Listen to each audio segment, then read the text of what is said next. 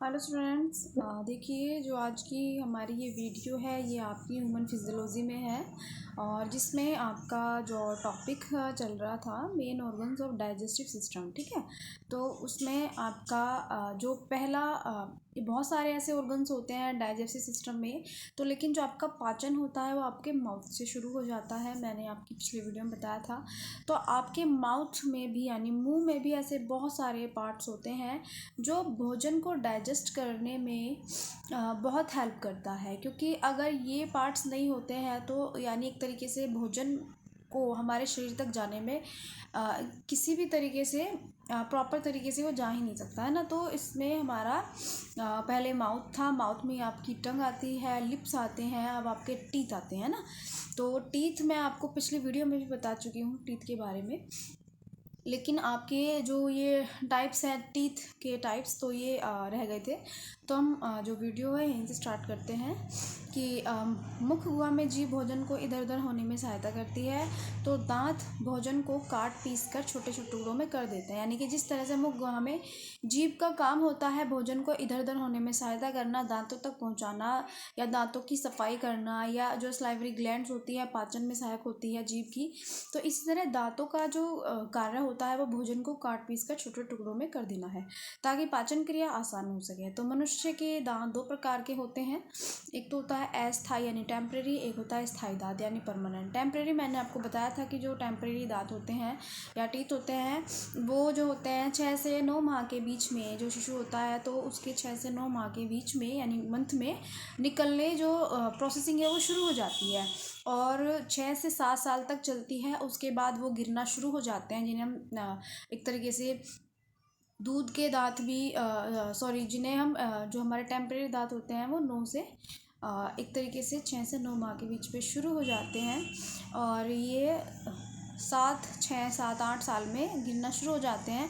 और उसके बाद जो है स्थायी यानी परमानेंट टीथ जो है हमारे आने शुरू हो जाते हैं। तो ये परमानेंट टीथ जो होते हैं हमारे 21, 22 से 24, 25 साल तक एज में आने कंप्लीट हो जाते हैं यानी कंप्लीट हो जाते हैं। तो हमारे जो मुंह में दांत होते हैं वो 32 दांत होते हैं, 16 ऊपर 16 नीचे। ठीक है, तो जो हमारे परमानेंट टीथ होते हैं दांत होते हैं वो 4 प्रकार के होते हैं, छेदक दांत, भेदक दांत, अग्रचर्वणक दांत और चर्वणक दांत है ना, इंसिजर, कैनिन और प्रीमोलर और मोलर। ठीक है, तो जो हमारा छेदक दांत होता है ना यानी कि एक तरीके से भोजन को काटने वाले दांत होते हैं, ये जो छेदक दांत होते हैं ये संख्या में जो है 8 होते हैं। तो 4 ये सामने 4 ये ऊपर होते हैं, 4 ही नीचे होते हैं। तो जो ये काटने वाले दांत होते हैं ये सामने की ओर होते हैं। ठीक है, फिर आते हैं आपके भेदक दांत। तो जो भेदक दांत होते हैं इंसिजर के जस्ट बराबर में ही होते हैं ये, और इनकी जो संख्या होती है वो 4 होती है। तो 2 ऊपर होते हैं और 2 ही ये नीचे होते हैं। फिर आते हैं आपके अग्रचर्वणक दांत प्रीमोलर्स, तो ये होते हैं आपके संख्या में 8। ठीक है, तो ये आपके भेदक दांत के बराबर में होते हैं, यानी कि ये 4 ऊपर होते हैं और 4 नीचे पाए जाते हैं। तो जो आपके छेदक दांत होते हैं ये काटने वाले दांत होते हैं कि भोजन को काटना। ठीक है, फिर जो भेदक दांत होते हैं वो भोजन को एक तरीके से पीसते हैं या चबाने का काम करते हैं, और जो अग्रचर्वणक दांत होते हैं प्रीमोलर्स वो भोजन को कुचलने यानी कि उनको बहुत लसलसा देने के लिए यूज़ किए जाते हैं। फिर आते हैं आपके लास्ट में चर्वणक दांत, तो इनकी जो संख्या होती है वो होती है आपकी 12। तो 6 ऊपर होते हैं आपके और 6 ही नीचे होते हैं। ठीक है स्टूडेंट्स, तो ये आपकी दांतों की संख्या है कि कौन सा दांत मुंह में कहाँ पाया जाता है और कितनी संख्या जो है इनकी होती है। अब हम बात करते हैं टीथ में ही दांत की रचना, स्ट्रक्चर ऑफ टीथ, है ना, कि जो दांत का इंटरनल स्ट्रक्चर है या एक्सटर्नल स्ट्रक्चर जो होता है वो कैसा होता है।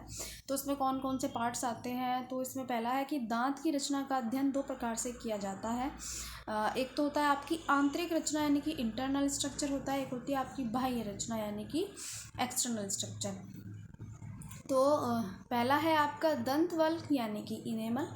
तो जो आपका इनेमल लेयर होती है वो दांत की सबसे ऊपरी लेयर होती है, वाइट कलर की होती है और चमकदार होती है, स्ट्रॉन्ग होती है। ठीक है। तो फिर उसके बाद आता है आपका दंत धातु यानी डेंटाइन। तो डेंटाइन जो लेयर होती है आपकी अंदर की, वो इनामिल के जस्ट अंदर वाली लेयर होती है, जो एक तरीके से बहुत स्ट्रॉन्ग टिश्यू की बनी होती है, यानी कि जो हमारे पूरी बॉडी में सबसे कठोर टिश्यू होता है वो डेंटाइन का होता है। तो ये बहुत ज़्यादा स्ट्रॉन्ग टिश्यू होता है, यानी कि टिश्यूज़ का बना होता है। ठीक है। और फिर आता है आपका दंत कोष्ठ यानी कि पल्प कैविटी। तो जो ये पल्प कैविटी का पार्ट होता है आपके दंत धातु यानी डेंटाइन के ही जस्ट नीचे वाला लेयर होती है। तो जो ये होता है, ये आपका एक तरीके से खोखला होता है, या आप कह सकते हैं कि जो इसके पल्प कैविटी के अंदर होती है आपकी ब्लड वेसल्स।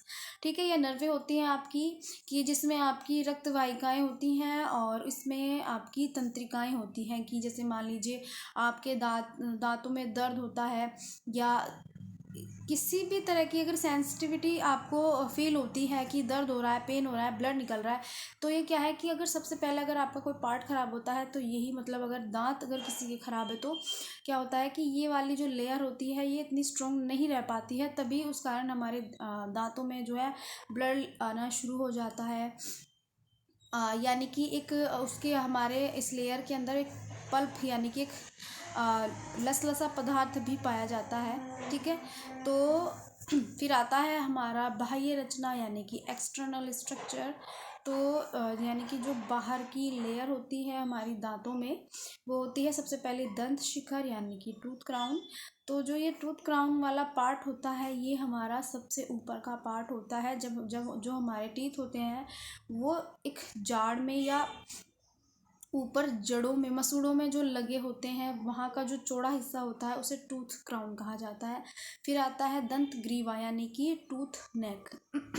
तो इसके अंदर का पार्ट होता है, या अगर आप बिल्कुल डिटेलिंग में अगर उसका स्ट्रक्चर देखते हो टीथ का, तो उसमें ठीक क्राउन के यानी कि जो उसका सिरा होता है दांतों का, उसके नीचे वाला पार्ट जो होता है वो नेक होता है, यानी कि उसकी एक गर्दन का रोल होता है इसमें। और एक होता है आपका दंत मूल यानी कि टूथ रूट, यानी कि जो हमारे दांतों को मसूड़े में मसूड़ों में जो बिल्कुल स्ट्रांगली पकड़े रहता है, ये हमारी दंत मूल यानी कि हमारी दांतों की जड़ें होती हैं, जिसके कारण जो होता है हमारा दांत जो होते हैं एक तरीके से मसूड़े में बहुत ज़्यादा आपस में एक तरीके से चिपके रहते हैं। तो जो चिपकने का जो पार्ट होता है, या जो जड़ें होती हैं हमारे बिल्कुल मसूड़ों तक अंदर जाती है, तो ये होता है हमारा दंत मूल यानी कि टूथ रूट। ठीक है। तो हमारे जो दांतों में ऐसी बहुत सारी लेयर्स होती हैं जो जिनका अलग अलग फंक्शंस होता है। ठीक है। जो हमारी पल्प कैविटी के अंदर ब्लड वेसल्स आती हैं या नर्वे आता है, वो ऐसी तंत्रिकाएं होती हैं, जैसे किसी के कोई बहुत गर्म पानी पी लेते हैं या गर्म चाय पी लेते हैं, तो क्या होता है कि एकदम से जाड़ में लगना या दांतों में लगना, यानी कि आपकी जो एक तरीके से नर्वे होती है उसमें इस चीज़ का फील होना कि हाँ आपके दांतों में ठंडा गर्म लगता है, यानी कि आपका ये वाला पार्ट जो है दांतों का वीक है, कमज़ोर है। और अगर आपके दांत टूटने शुरू हो जाते हैं, तो जो उसकी शुरुआत होती है वो पल्प कैविटी से ही शुरू हो जाती है, कि ये आपका पार्ट जो है वीक हो चुका है, कमज़ोर हो चुका है।